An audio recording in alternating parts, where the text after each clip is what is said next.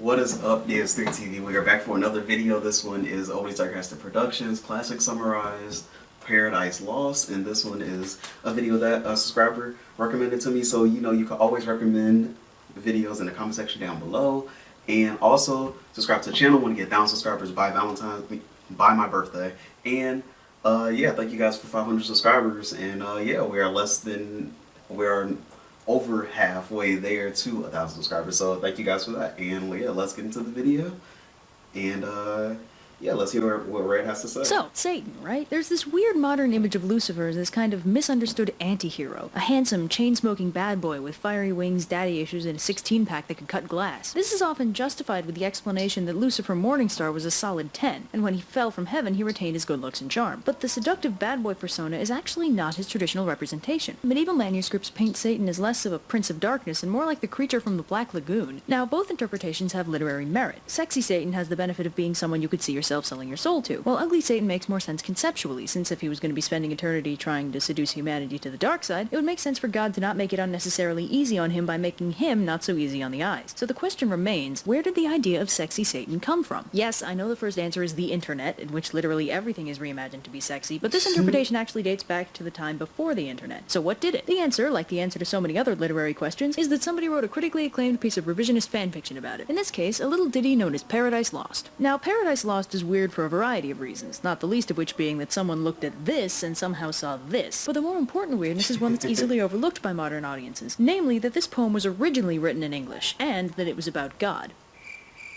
Okay, let me clarify that statement a little. Basically, Paradise Lost was an epic poem written at a time when the thought of writing an epic poem on anything but the Greco-Roman pantheons was pretty much unthinkable, let alone writing it in a garbagey commoner language like English. And on top of that, to complete his I don't know, inverse blasphemy, Milton began his poem by invoking a muse in traditional epic poetry fashion, but rather than pollute his nice biblical epic poem with the actual Greek muses, he instead went straight to the top and invoked the Holy Ghost himself to serve as the inspiration to this charming vignette. That's right, much like his protagonist, Milton was breaking all the rules. So our story begins, unsurprisingly, in hell, shortly after Sexy Satan and his pals were cast out of heaven. There's a more detailed explanation later, but the short of it is Sexy Satan called out God in front of all of his friends, there was a big old war in heaven, and Satan and his friends unsurprisingly lost. Now this is played like a fallen hero confronting a tyrannical ruler and being brutally crushed, but seeing as the POV character is, you know, Satan, that perspective should probably be taken with a grain of salt. This reaches absurd heights when Sexy Satan dramatically begins to rally his fallen... Yep, and it kind of reminds me of like the trope unreliable narrator, which... yeah. comrades, no pun intended, in a dramatic, heartfelt, and rousing speech that touched hearts around the world and should never be forgotten. And neither should the fact that it was being said by Satan. So anyway, this time, says Satan, they're gonna need to be sneakier because, well, because that. Oh, a brief side note. You may have noticed some so-called pagan gods in the crowd of fallen angels, including the entire Greek and Egyptian pantheons? Yeah, it's an unfortunate truth of religious writings that most authors don't allow for multiple sets of gods in the same literary universe. For a lovely subversion of this trope, read anything written by Neil Gaiman ever. Because this is one of those books about God with a capital G, I'm afraid our old Greek friends have been rewritten as demons in order to reconcile their existence with the big man upstairs.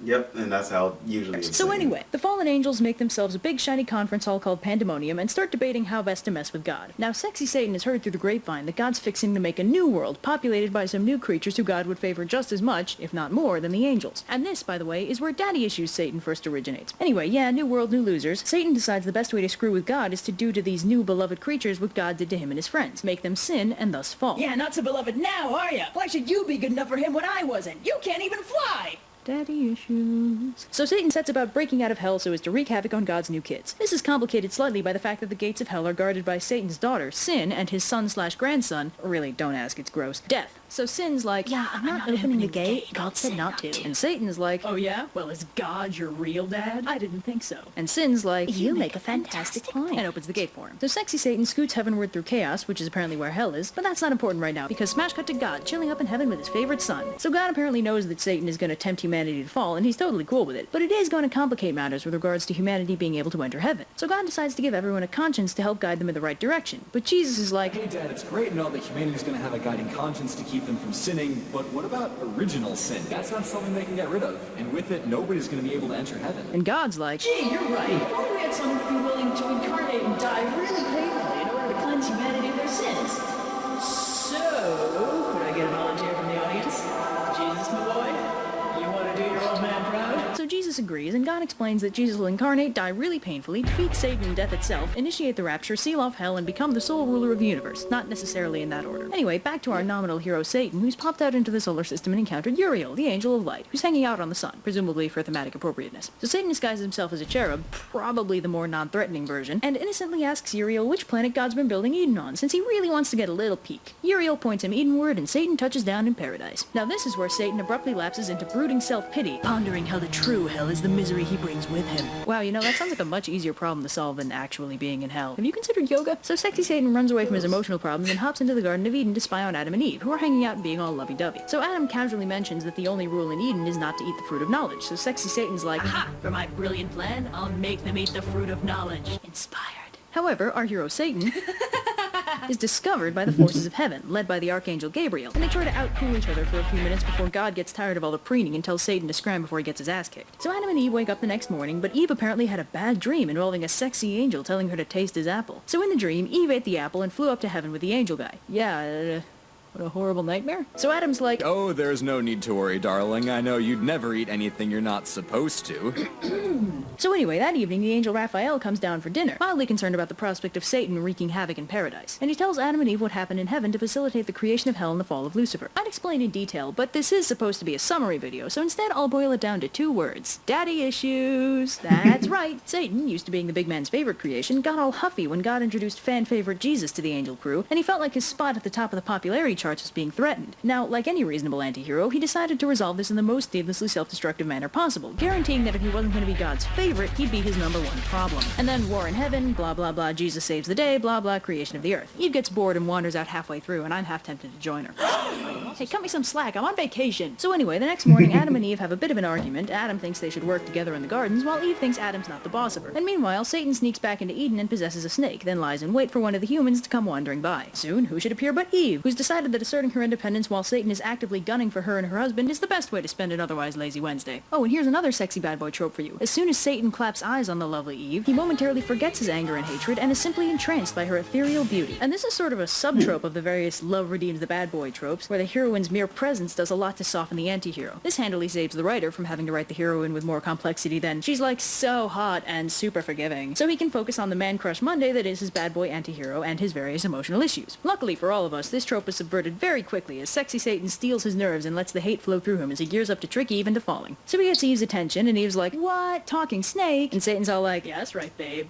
I talk. and Eve's like, I didn't know that was a thing. And Satan's like, I bet there's a lot you don't know. Like, for example, a little old snake like me could gain the power of speech by sampling one of those delicious-looking apples from that tasty forbidden tree. and Eve's like, oh, yeah, I can't do that. I'll die or something. And Satan's like, Come on, babe. Don't you think God would admire your initiative for doing literally the only thing he told you not to do? It's not like he'll kill you or anything. I mean, I totally ate one. It's not like God cast me out of paradise over something as dumb and insignificant as that. and Eve's like, well, when you put it that way. So Adam's like, Oh man, Eve, you f***ed up, and you f***ed up big time. and Eve's like, and Adam's like, I mean, nothing. You know what, sweetie? I didn't mean anything. Hand me one of those apples. We're going down together. then they, go down together, wake up with a nasty wisdom hangover, and spend the rest of the day arguing over whose fault it was that they screwed up so badly. So the next day, Jesus pops down to deal with the issue, and he's like, See, Eve, this is why you don't make decisions without your husband. Oh, please. You think I couldn't have got that guy to do something stupid? I'm the father of lies. He's not even wearing pants. Oh, I'm not even wearing pants. Not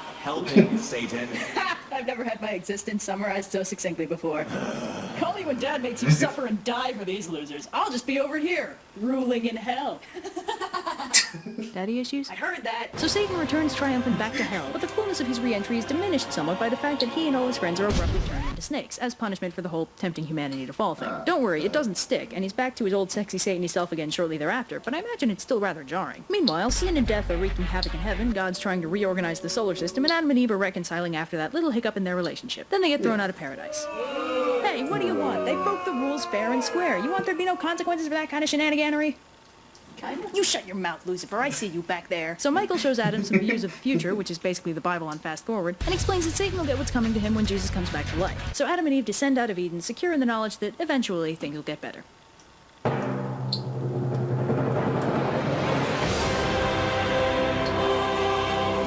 Awesome. This was a terrible idea.